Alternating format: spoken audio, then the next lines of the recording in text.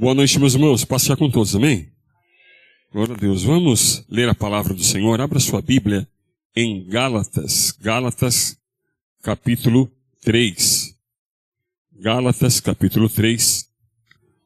E aí eu vou contar com a ajuda dos irmãos para poder ler 3 versículos. O versículo 1, depois nós vamos ler o versículo 2 e depois o versículo 3. O tema da mensagem é a perseverança dos santos. O tema da mensagem é perseverança dos santos. E o texto, Gálatas, capítulo 3, o verso 1, 2 e 3. Vamos ler só o verso 1 por enquanto? Vamos lá? Já.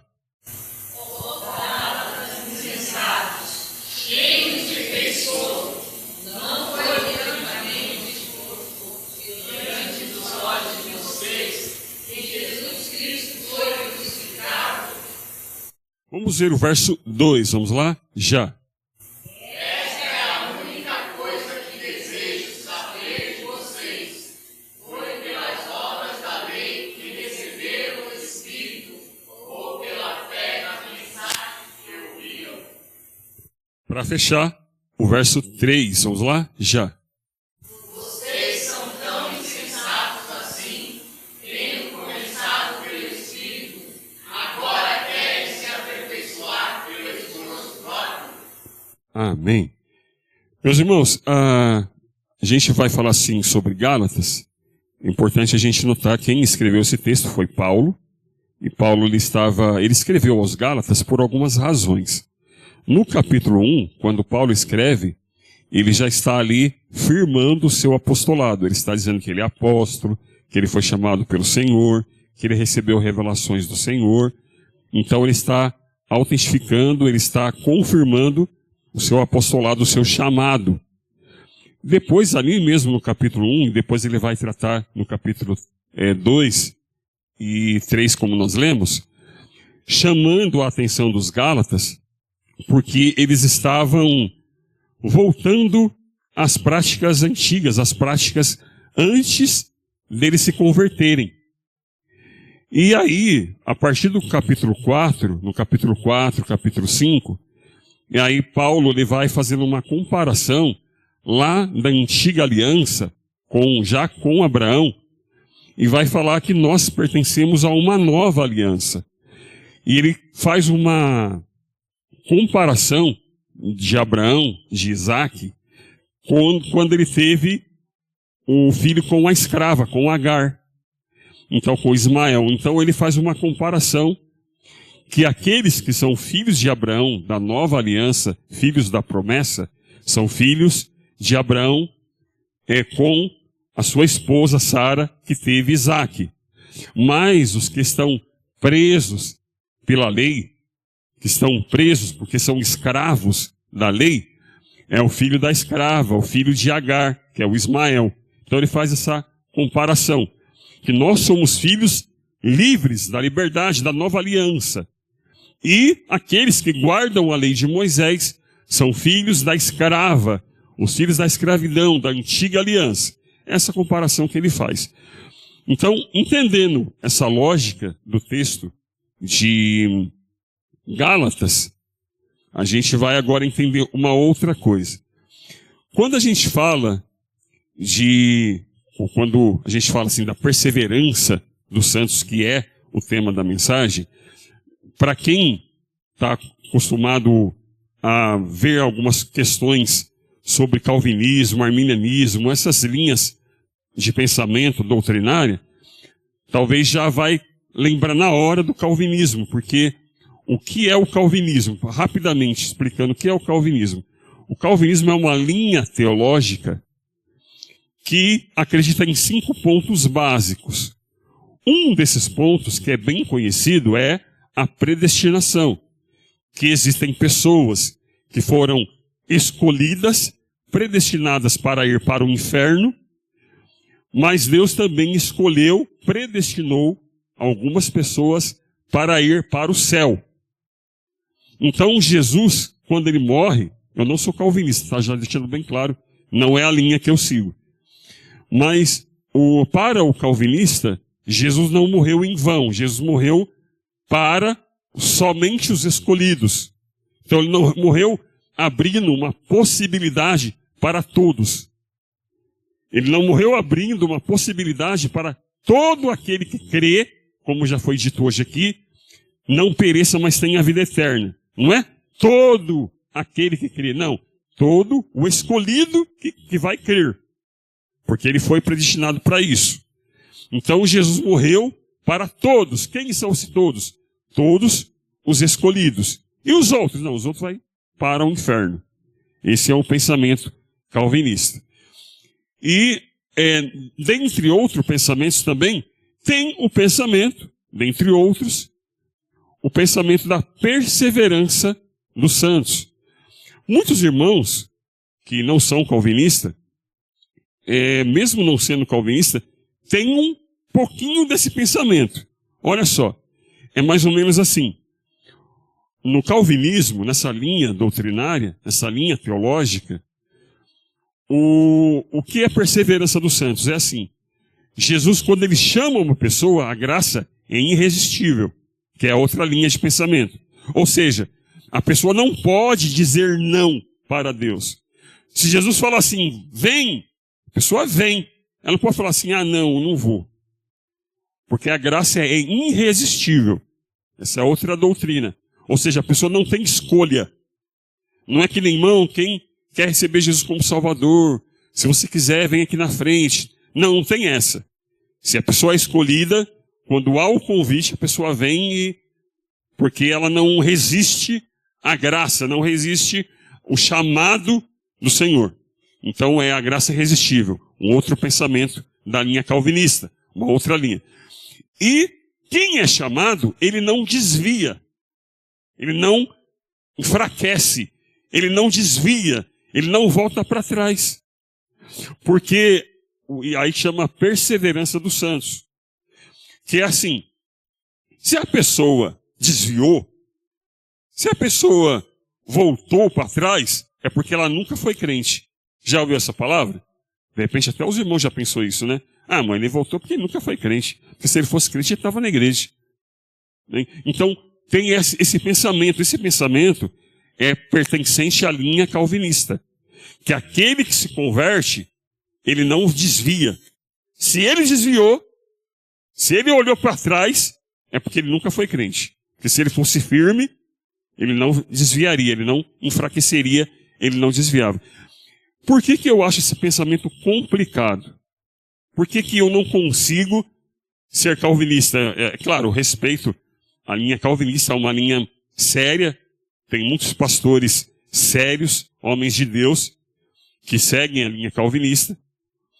Mas por que eu tenho dificuldade com essa linha calvinista?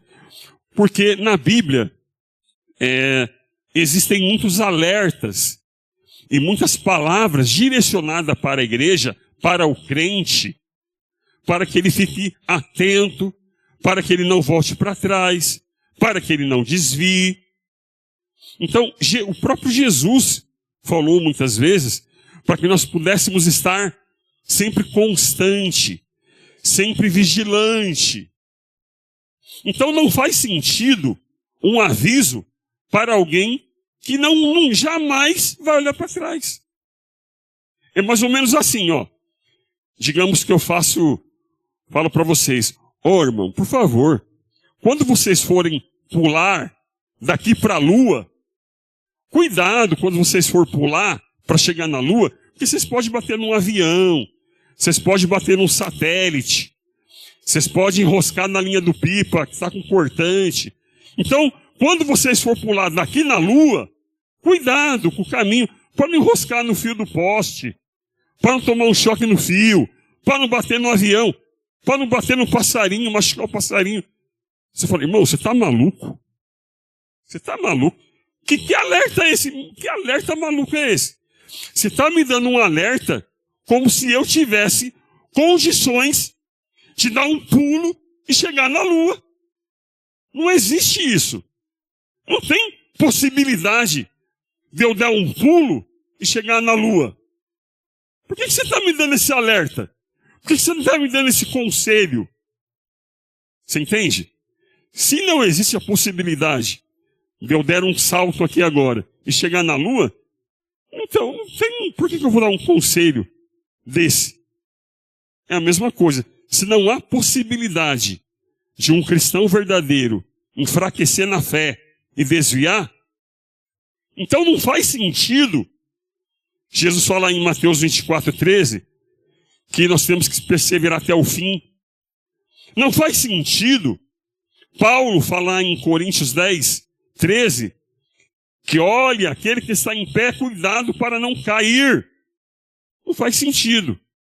Não faz sentido as cartas em Apocalipse para 7 igrejas, falando que aquele que vencer, ou seja, há a possibilidade de alguém não vencer, mas aquele que vencer. Então, não faz sentido conselho para a igreja, como a parábola das 10 virgens, a parábola dos talentos, e outras parábolas. Não faz sentido. Se o cristão não tem possibilidade de pecar, de voltar para trás, de enfraquecer na fé, então esses conselhos de Jesus, de Paulo, de Pedro e dos outros apóstolos, não faz sentido. Como eu falei aqui, da loucura de dar um pulo e chegar na Lua e eu der conselho para você. Olha, cuidado quando você der um pulo. Mano, como assim? Como assim, irmão? Não faz sentido nenhum esse conselho. Você entendeu? Deu para entender? Eu estou falando aqui uma coisa muito simples. Porque, claro, se a gente for olhar na Bíblia, daria para discorrer com uma forma mais técnica, mais teológica. Mas eu estou aqui só trazendo uma lógica muito simples para entender que se a Bíblia dá conselho, é porque existe a possibilidade disso acontecer. Amém? Deu para entender? Bom, existem bem basicamente, 4 formas da pessoa olhar para trás e desviar. Basicamente 4 formas.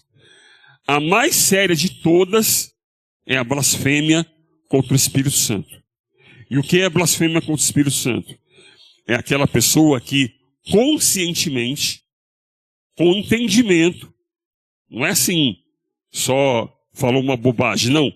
Com entendimento, conscientemente, a pessoa rejeita a obra do Espírito Santo e a pessoa atribui a obra do Espírito Santo para o diabo, para a obra do inimigo, que é aquilo que os fariseus fizeram com Jesus.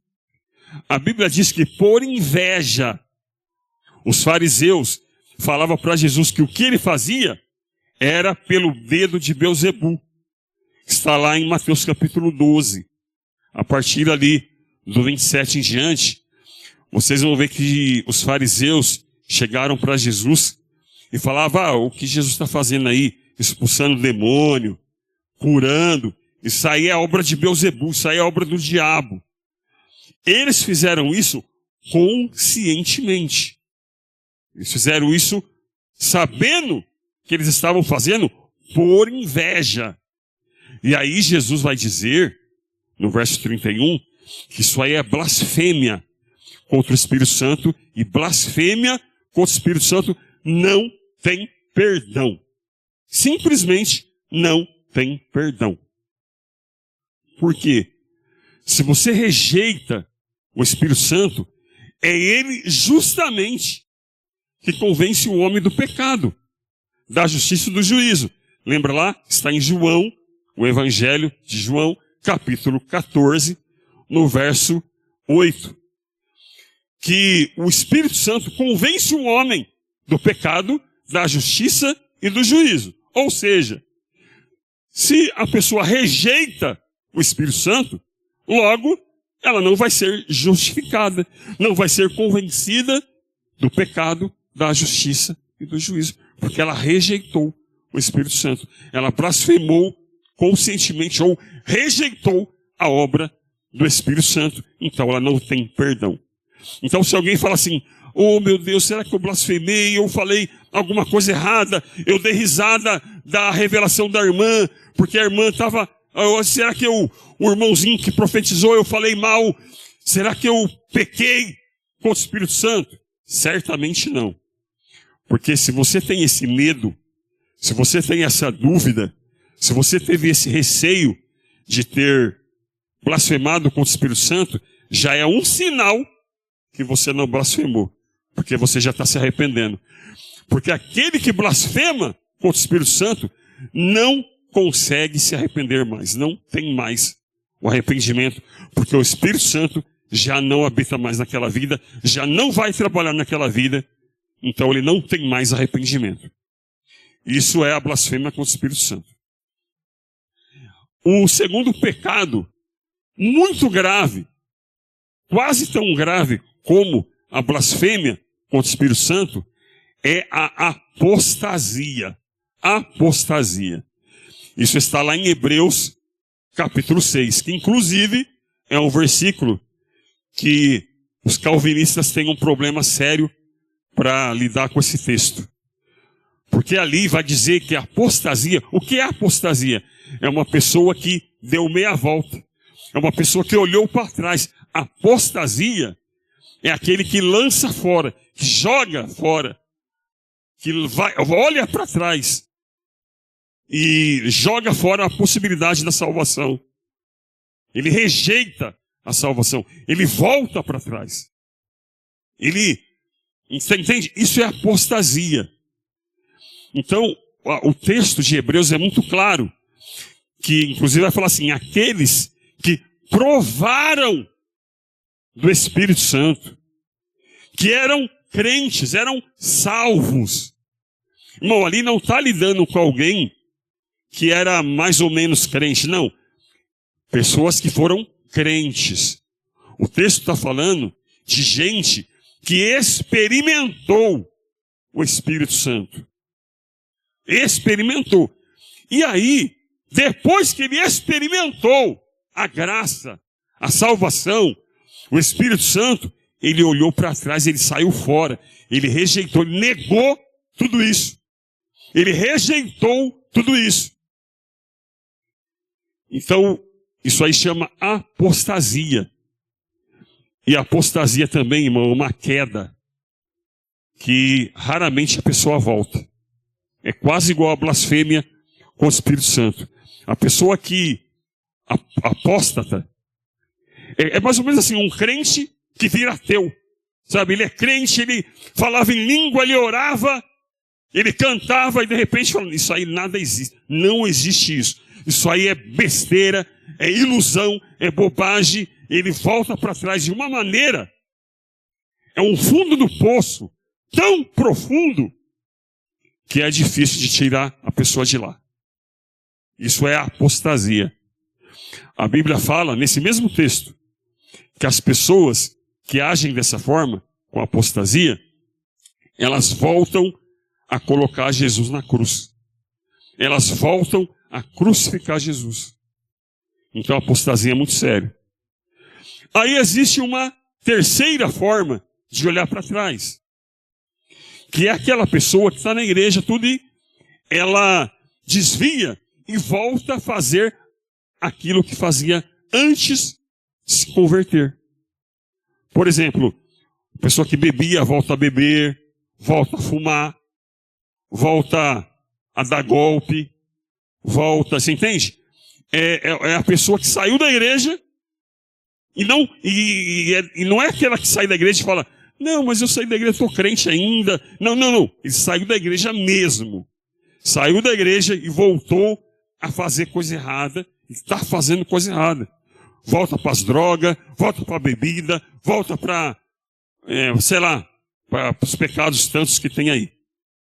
Você entende?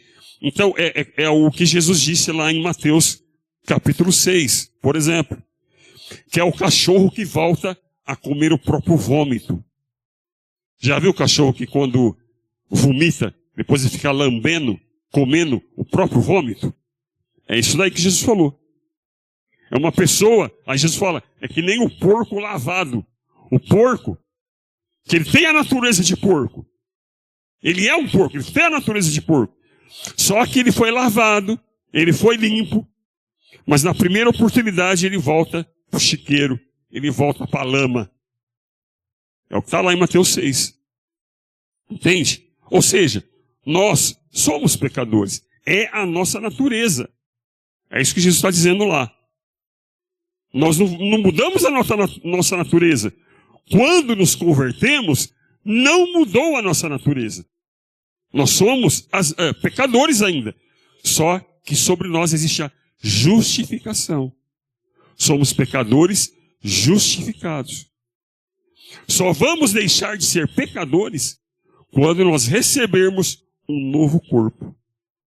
Aí sim, quando nós recebemos um novo corpo na glória, aí sim o pecado não tem mais influência e poder sobre a nossa vida. Deu para entender? Então essa é a nossa natureza. Nossa natureza é pecadora. Por isso que a gente tem inclinação para fazer a coisa errada. É mais fácil fazer coisa errada do que fazer coisa certa. Porque é a nossa natureza. É que nem Jesus disse lá, é o porco lavado. Só que o porco lavado, se não tomar cuidado, volta para o chiqueiro. Entendeu? Pegou? Nós somos pecadores. Redimidos, lavados no sangue de Cristo. Mas se não vigiar, meu irmão, volta para o chiqueiro. Entendeu? Volta para trás. Agora tem uma quarta pessoa, um quarto tipo de pessoa, que é justamente o que nós vamos falar em Gálatas. Existe um quarto tipo de pessoas que se afastam. Esse quarto tipo é a pessoa que está na igreja, é a pessoa que busca Deus, é a pessoa que não desviou, não voltou para o mundo, mas faz coisa errada. Tem práticas mundanas. Está na igreja, porque quando Paulo escreve para Gálatas, Paulo não está escrevendo para os desviados. Paulo não está escrevendo para os afastados na fé. Paulo está escrevendo para a igreja de Gálatas. Para os crentes de Gálatas. Depois, eu não sei se já fechou, mas depois deixa aberto ainda no texto lá, que a gente vai ver o versículo, em Gálatas 3. Olha, quando Paulo escreve para Gálatas, ele está escrevendo para a igreja. E quando ele escreve para a igreja, ele está falando para os crentes. E ele fala para os crentes assim, é o verso 3. Ele fala assim, Gálatas, eu vou falar nas minhas palavras, mas depois vocês vão ler na íntegra para a gente entender o texto melhor. Mas é assim, Gálatas, mas vocês são muito insensatos. Vocês são terríveis. Vocês até começaram bem. Até começaram pelo Espírito. Mas agora, vocês estão voltando para a carne. Vocês começaram no Espírito, mas agora está voltando para a carne. Vocês são muito insensatos. Vocês começaram bem e estão terminando mal. Vamos ver na íntegra. Vamos ver de novo. Vamos ler de novo esse versículo. Gálatas 3:3. Vamos lá? Já. Vocês são tão insensatos assim, tendo começado pelo Espírito, agora querem se aperfeiçoar pelo corpo. Olha isso. Algumas versões, vamos dizer assim, que é a versão que tem na minha mente. Gálatas insensatos, começaste pelo Espírito e terminais na carne. Você entende? Ou seja, pessoas que estavam na igreja, mas estavam voltando, mesmo na igreja, estando na igreja, voltando às práticas mundanas. Neste caso de Gálatas, no caso de Gálatas, qual era a prática que eles estavam voltando? No caso de Gálatas, era porque eles eram, antes de se converter, eles eram judeus. E o judeu tem toda aquela prática da lei, de guardar o sábado, de não comer carne, não comer alguns tipos de carne, não comer carne de porco, de guardar as leis. Você está lembrando de alguma igreja que faz isso? Adventista Sétimo Dia, que inclusive é uma seita religiosa. Adventista Sétimo Dia, não se engane, tá? Adventista de Sétimo Dia é uma seita. não é irmão, não é igreja, tá? É uma seita pseudo-cristã, ou seja, parece crente, mas não é. Por isso chama pseudo-cristã. Então, os judeus guardavam a lei de Moisés, guardavam o sábado, não comia determinado tipo de carne, como carne de porco, e tinha outros rituais também. E aí eles se convertem. Eles aceitam a fé. Mas aí, em determinado tempo, Paulo pregou para eles, Paulo falou muitas coisas, e em algum momento eles começaram a pensar, mas a gente não é melhor guardar o sábado? Não é melhor a gente ter aqui as nossas práticas judaicas? Porque assim, tudo bem, a gente se converteu, mas tem a lei, né? A lei é de Deus, não é a lei de Deus? Não foi Deus que deu a lei? É assim que o pessoal do adventista, os adventistas, é exatamente esta justificativa que os adventistas usam para poder fazer o que eles fazem. Não foi Deus que deu a lei? Quem deu a lei? Foi Deus. Então, se foi Deus, tem que guardar. É a lei de Deus. O que não entra na cabeça desse povo é que nós estamos falando de uma antiga aliança. A lei foi dada por Deus, está certo. Mas foi dada para uma antiga aliança, para aquele povo, naquele contexto, para aquela aliança. E hoje, como nós vivemos, como diz Hebreus 7, Hebreus 10, Hebreus é o que mais tem. Que nós agora estamos em um novo sacerdócio.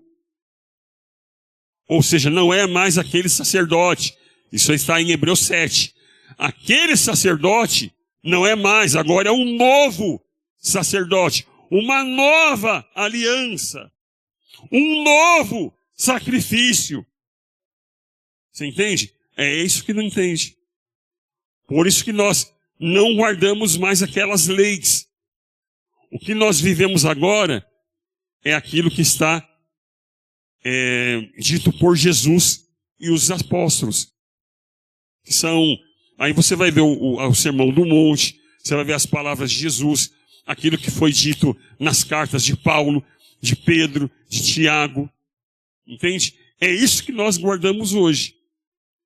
Pois que nós não vivemos mais a antiga aliança, a antiga lei, que foi dada por Deus, mas para a antiga aliança. Hoje nós vivemos a nova aliança, um novo sacerdote, um novo sacrifício. Amém, querido? Deu para entender?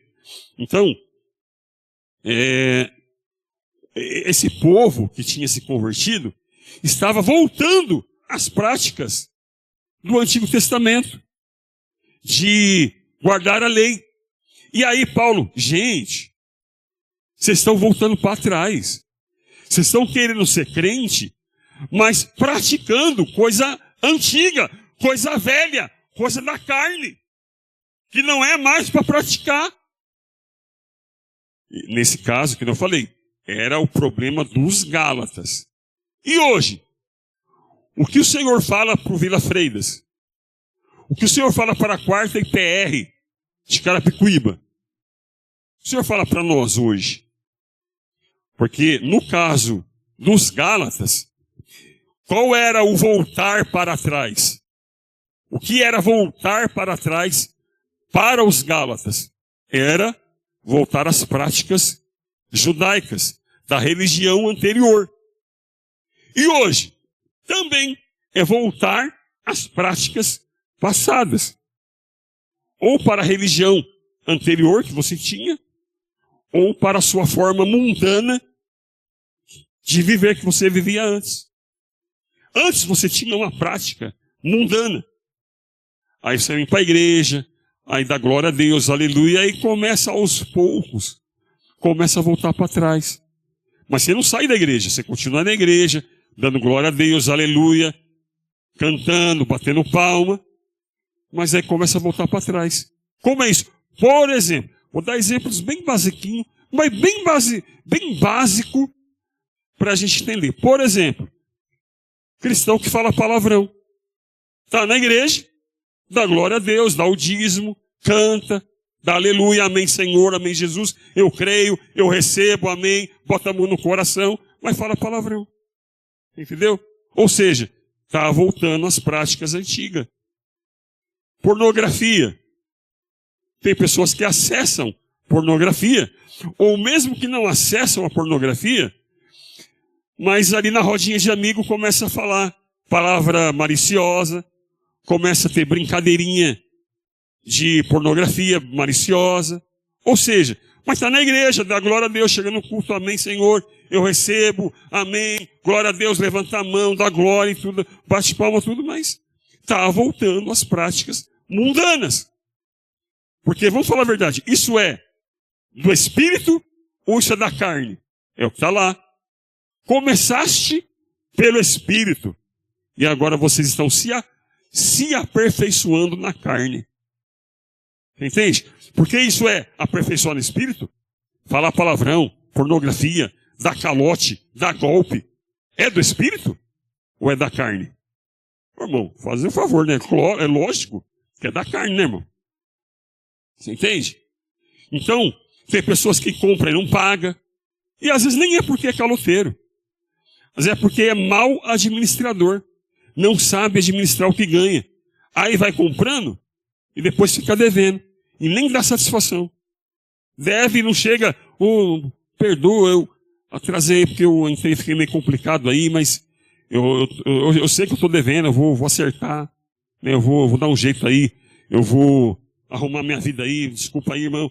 E dá uma satisfação, dá um, né? Ou seja, dá calote. Pessoas que, isso se a pessoa faz com o próximo, imagina com Deus. Quanto dízimo atrasado. Quanto dízimo sem dar. Imagina. Se já faz com o outro, imagina com Deus. Ou se faz com Deus,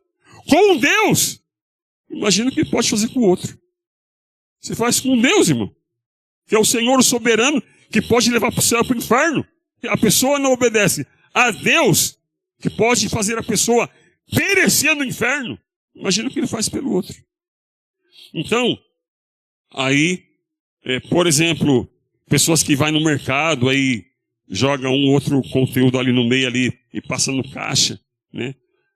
Joga ali uma caixa de leite, ali um arroz ali embaixo do carrinho, aí só passa o que está em cima e embaixo, passa direto aí, ó, ganhei um arroz, ganhei um leite, ganhei uma farinha aqui, ó, peguei aqui, ó, o caixa nem viu. Eita, como sou esperto. Vai para o inferno com toda essa esperteza aí. Vai para o inferno com toda essa esperteza. Você entende? Então, é assim, é gente que está na igreja, dá glória a Deus, aleluia e tudo, mas está praticando atitudes do velho homem. Você entende? Está praticando atitudes do velho homem. E é este o conselho que Paulo está dando. Paulo está falando para os Gálatas, vocês estão na igreja, são crentes, só que vocês são insensatos.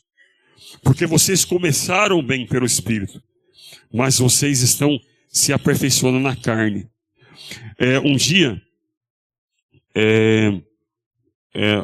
numa igreja que nós congregávamos, eu digo nós porque a Miriane e eu congregávamos. O pastor chegou o dia do meu aniversário, era o dia do culto. O Chico está fazendo aniversário hoje, vamos aqui orar para o nosso irmão. Eu fui lá na frente, o pastor orou por mim, tal.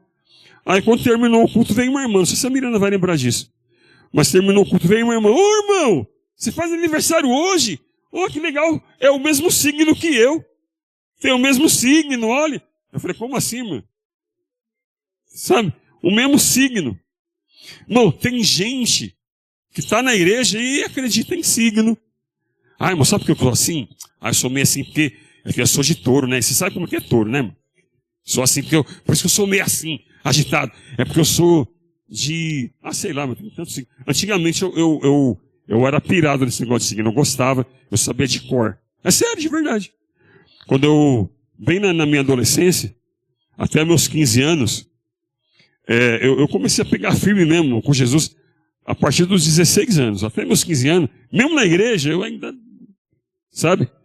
Então, assim, quando eu peguei mesmo, firme mesmo, deixei essas bobagens foi a partir dos 16 anos, que daí eu comecei a pregar também, porque é lógico, né, que eu comecei a ler a Bíblia, né?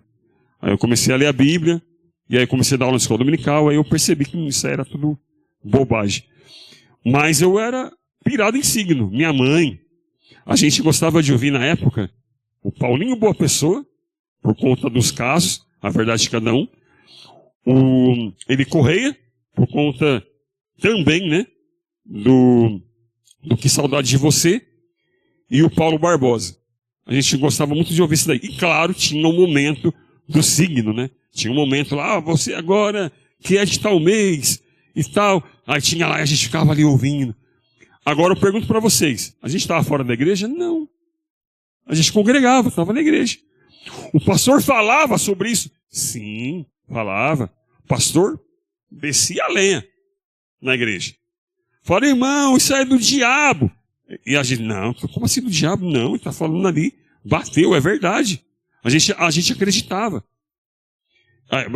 Era um pastor que falava no rádio signo? Não. Era uma missionária? Não. Era uma espírita, irmão. Era uma espírita que falava no rádio. E a gente lá acreditava, gostava de ouvir. Fora as músicas, né? Fora as músicas que não dá nem pra... Não tem, é até antiético eu falar aqui algumas músicas, mas pensa nas músicas do ano 90. As músicas dos anos 90 era toda falando de sem vergonhice, safadeza. Só pensa qualquer música aí que você lembrar dos anos 90. Um samba, qualquer música. Era tudo na base, até música infantil. Lembra a música do Gugu? Lembra as músicas infantil? Era tudo na safadeza. Você entende? E aí, isso era os anos 90.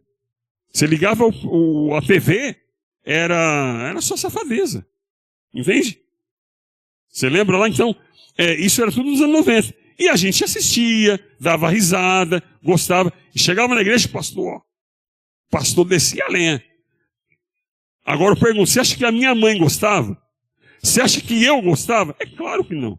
Esse pastor fica falando, nem sabe. Aí vem aquela historinha. Esse pastor fica falando aí, né? Ele nem paga minhas contas. Não paga. Pastor não paga minhas contas, eu vou fazer o que eu quero. Fica falando o que eu devo fazer, o que eu devo assistir, o que eu devo vestir, o que eu devo falar. Ele não paga minhas contas. Era assim que a gente falava, irmão.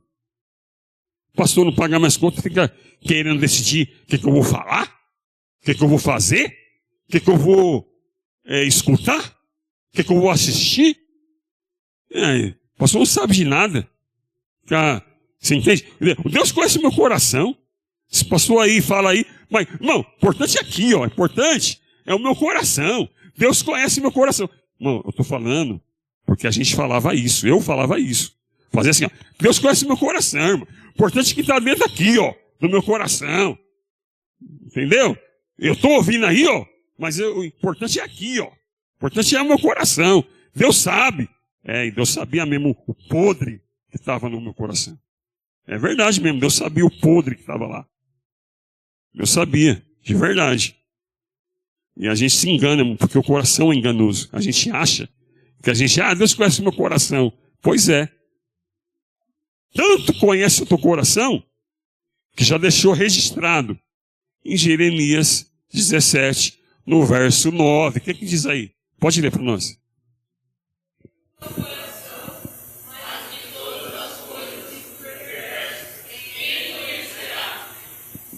Pronto.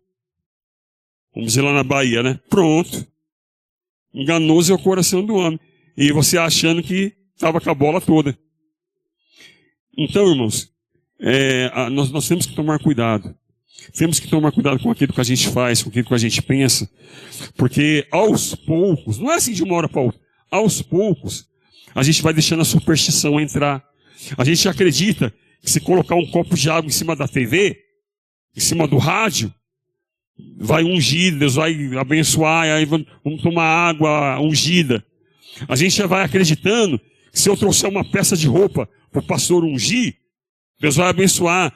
Pastor, dá um pouquinho de óleo, vou passar óleo na minha janela, na porta, no volante do carro, para não bater o carro, para inveja. Aí a pessoa vai acreditando.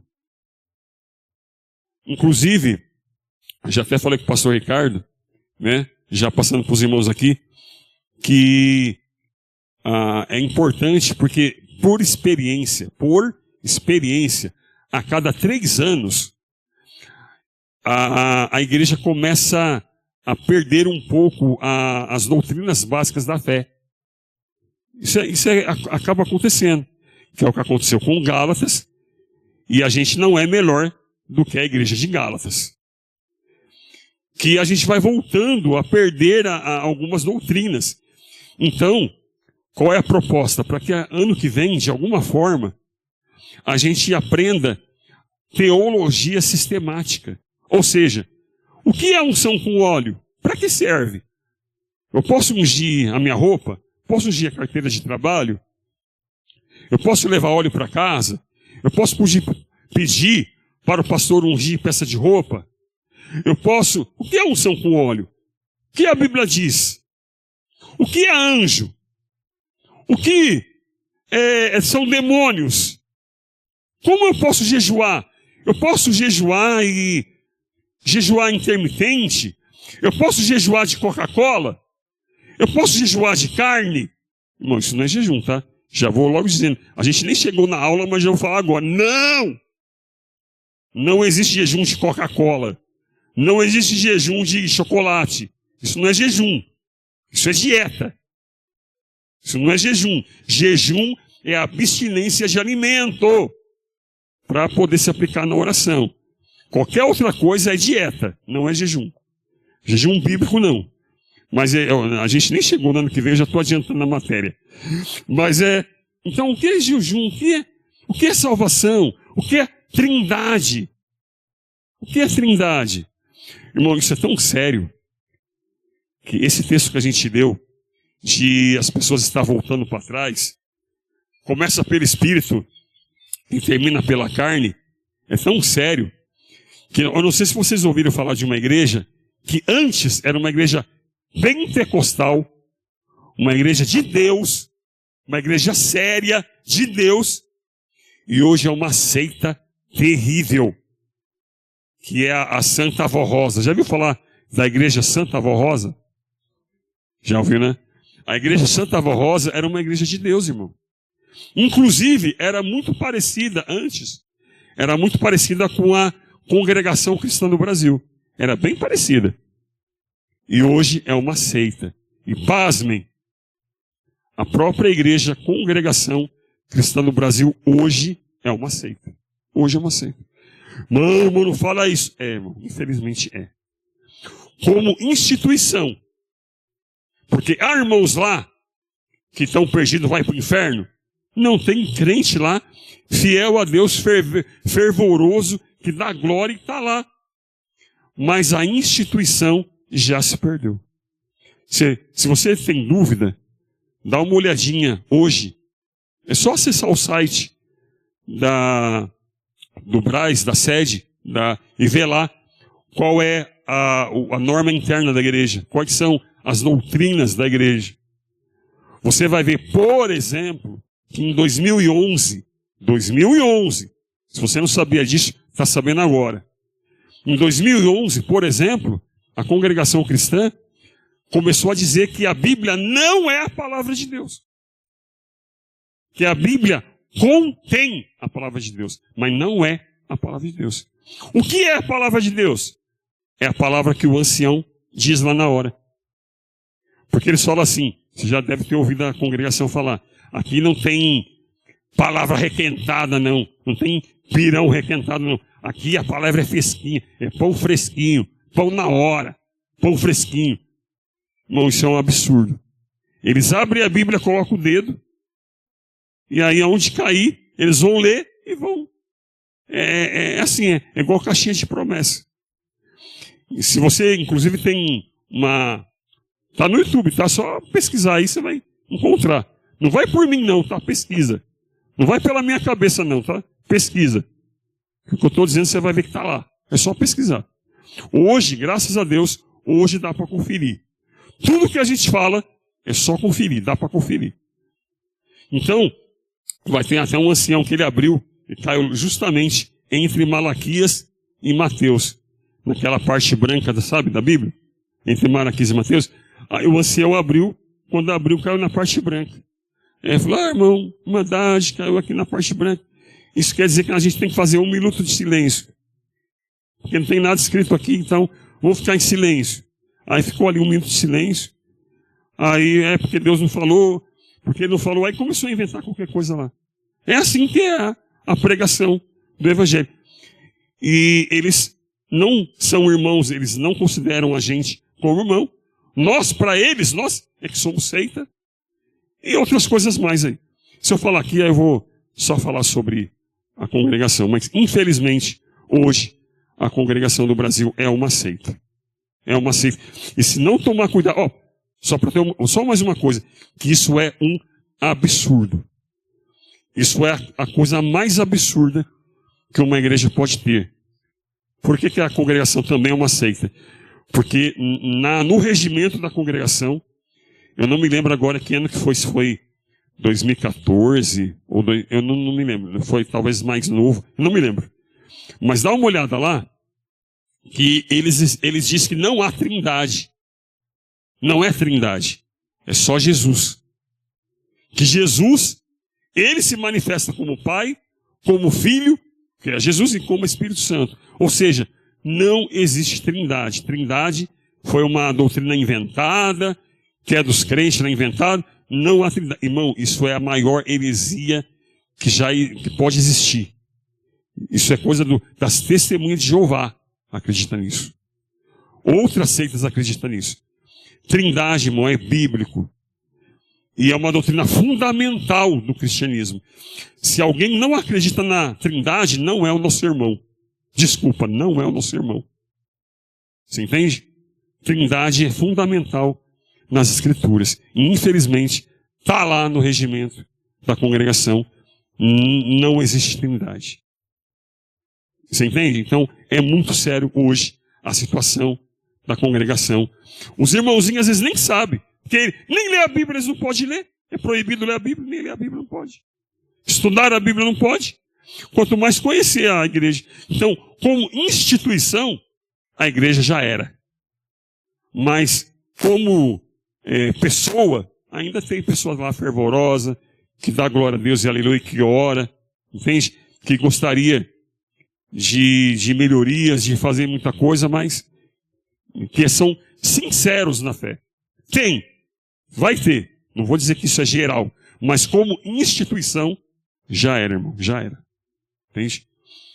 Bom, mas para encerrar, qual é a proposta de Paulo aqui, irmãos?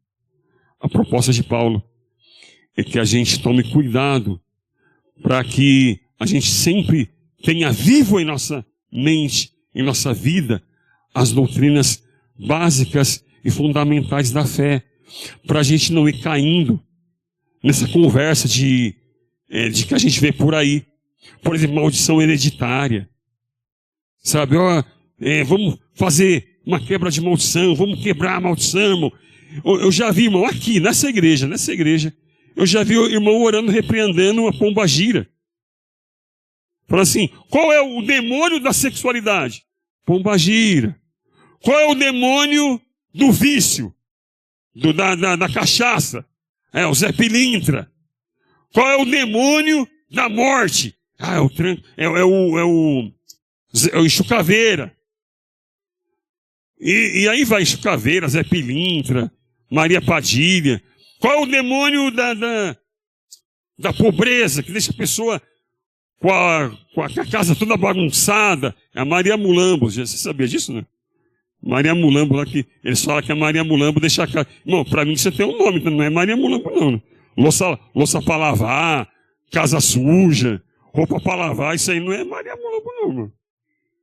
Isso aí é outro espírito. Espírito da preguiça aí. É outro espírito isso aí. Tem nada de Maria Mulambo. E aí você pergunta, aonde está na Bíblia? Cadê esses espíritos na Bíblia? A Bíblia só chama o diabo de Satanás ou diabo, nada mais. Vamos repreender o Lúcifer. Sai, Lúcifer! É o Lúcifer! Irmão, Não tem Lúcifer na Bíblia, meu irmão. Não tem Lúcifer. Pelo amor de Deus, não tem Lúcifer na Bíblia. Né? Pedir. Não tem pedir, irmão. Não tem pedir. É só pedir. Ah, mas o Senhor, como que é? Deus venceu o mundo. E como que é aquele texto? O Senhor não se turbou as coisas, Deus venceu o mundo. Como que é? João 14:33.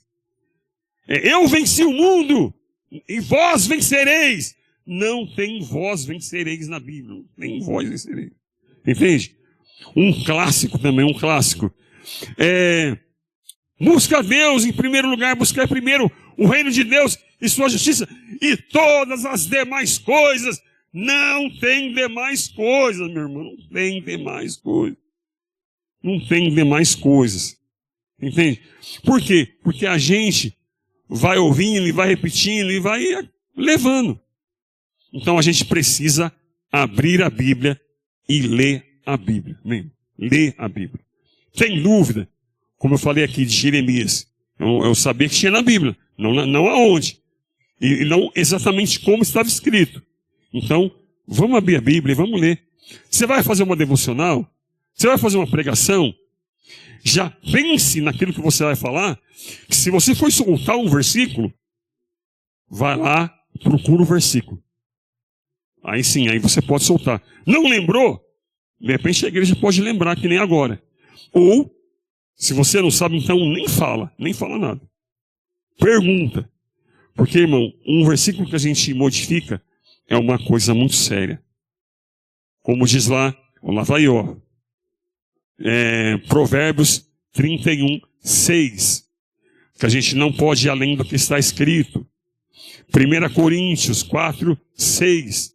Não pode ir além do que está escrito. Apocalipse 21. João ele diz claramente que aquele que acrescentar ou retirar, se acrescentar, as maldições deste livro serão acrescentadas. Se tirar, também Deus tirar a sua parte da árvore da vida. Então, é muito sério falar ou não falar o que está na Bíblia. Deixar de falar ou falar a mais. Você entende? Então, irmãos, não vai pela cabeça das pessoas. Abra a Bíblia, lê a Bíblia. Tem dúvida? Pergunta para o pregador. Ô, irmão, eu vi que você falou lá. Onde que está aquele texto lá? Aí ele vai se virar para achar. Eu vi você falando aqui, texto bonito, irmão. O cair é do homem e o levantar é de Deus. Ô, que texto bonito. Onde que está mesmo? Deixa ele se virar para achar. Entendeu? Onde que está mesmo esse texto? Que não cai uma folha da árvore, se Deus me permitir. Onde que está mesmo? E que eu não lembro. Deixa ele se virar para achar. Entendeu? E outros textos mais aí, né? Ah, o irmão falou que Lúcifer vai... Onde que está, irmão? Que o nome do diabo é Lúcifer. Eu não achei na Bíblia. Você lembra o texto? Deixa ele se virar para achar. Entendeu? Mas, irmãos, vamos ficar em pé? Resumindo, a gente tem que voltar para a Bíblia. Vamos voltar para a Bíblia, porque nós precisamos não ir além do que está escrito. É muito sério falar o que a Bíblia não diz. E tem vários exemplos que a gente poderia falar aqui. E toma cuidado com o teu coração, para que a gente, mesmo estando na igreja, mesmo aqui, dando glória a Deus e aleluia, dando dízimo e enfim, cantando, participando dos eventos da igreja, crente, mas a gente começa a voltar para superstição, começa a voltar para as práticas do velho homem, os pensamentos e atitudes da velha natureza. Então, este era o conselho de Paulo para Gálatas, e este é o conselho da Bíblia do Senhor para esta igreja. Amém, queridos? Vamos orar, Pai, em nome de Jesus. Nós te agradecemos, ó Pai, por esta palavra, Senhor. Obrigado, porque hoje nós aprendemos aqui que nós precisamos nos apegar às Escrituras.